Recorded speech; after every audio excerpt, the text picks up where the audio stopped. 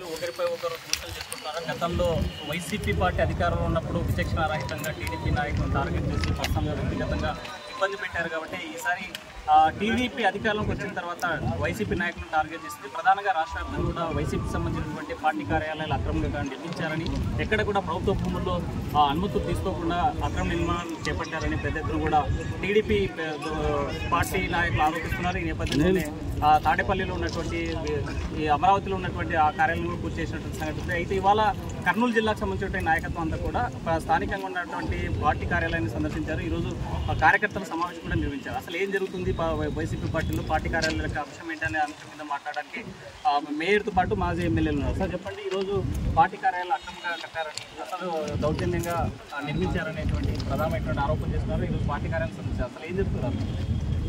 Party కార్యాలయాలు అక్రమంగా government దగ్గర నుంచి పార్టీ ఆఫీస్ కోసం లీజుకు తీసుకోవడం జరిగింది. ఈ సంస్కృతి ఇప్పటి నుంచి కాదు, స్వాతంత్రం వచ్చేప్పటి నుంచి ఉండేది. ఇప్పుడు కర్నూలులో ఉన్నటువంటి కాంగ్రెస్ ఆఫీస్ కట్టింది కూడా ప్రభుత్వ స్థలంలోనే కట్టారు. హైదరాబాద్లో ఉండేటువంటి తెలుగుదేశం పార్టీ ఆఫీసు ప్రభుత్వ స్థలమే, బీఆర్ ఆఫీసు ప్రభుత్వ స్థలమే, హైదరాబాద్లో ఉన్నటువంటి గాంధీ భవన్ కూడా ప్రభుత్వ స్థలంలోనే కట్టారు. అవన్నీ కూడా లీజుకు తీసుకొని కట్టినారు. అవి కొన్ని లీజుకు తీసుకుంటారు, కొన్ని అలాట్మెంట్ తీసుకుంటారు డబ్బులు కట్టకుండా. కానీ ఇంకా మాకు నిజాయితీ ఉంది కాబట్టి మా పార్టీకి అలాట్మెంట్ తీసుకోకుండా లీజు పద్ధతిలో 35 సంవత్సరాలకు లీజు తీసుకొని ఈ పార్టీ ఆఫీస్ కట్టడం జరిగింది. పార్టీ ఆఫీస్ బాగా కట్టుకున్నామంటే మా టేస్ట్ ప్రకారము మా డబ్బులతో మా పార్టీ ఫండ్స్తో కట్టుకున్నాం తప్ప గవర్నమెంట్ ఫండ్ కాదు ఇది.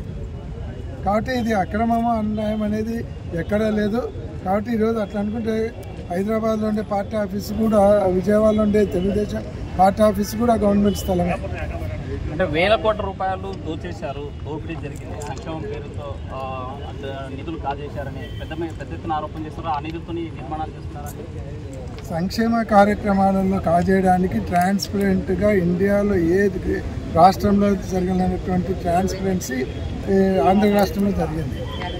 డైరెక్ట్గా మధ్యలో ఎటువంటి నాయకుల ప్రమేయం లేకుండా, దళారుల ప్రమేయం లేకుండా డైరెక్ట్గా బెనిఫిషియరీ అకౌంట్కు చేరేటువంటి ప్రక్రియ స్టార్ట్ కావడం అనేది ఇండియాలో ఫస్ట్ టైం ఆంధ్రప్రదేశ్లో స్టార్ట్ అయింది. అక్కడ అన్యాయం జరగడానికి, అక్రమాలు జరగడానికి ఎక్కడ అవకాశం? అంటే పోయి పింఛన్ తీసుకునేటోళ్ళ దగ్గర పోయి 500 వెనక్కి అడుగుతారా? లేకుంటే ఆసరా తీసుకునేటోళ్ళ దగ్గర, మహిళల దగ్గర పోయి 1000 వెనక్కి అడుగుతారా? అట్లాంటి దానితో ఇట్లాంటి బిల్డింగ్లు కట్టిస్తారా? ఇది మా పార్టీకి వచ్చినటువంటి ఫండ్స్తో, పార్టీ మీద అభిమానంతో బయట నుంచి వచ్చినటువంటి ఫండ్స్తో కట్టించుకున్నారు ఇవి. అంతేగాని దీంట్లో వెల్ఫేర్ ప్రోగ్రాంలో అవినీతి జరగడానికి ఆస్కారమే లేదు. ఇదంతా వాళ్ళు ఏదో రకంగా బురద చల్లాలనేటువంటి ఆలోచన తప్ప. ఈరోజు మీరు వచ్చినారు అధికారంలోకి, మీరు ఎంత మాత్రం ఇస్తారో మేము తెలుస్తుంది.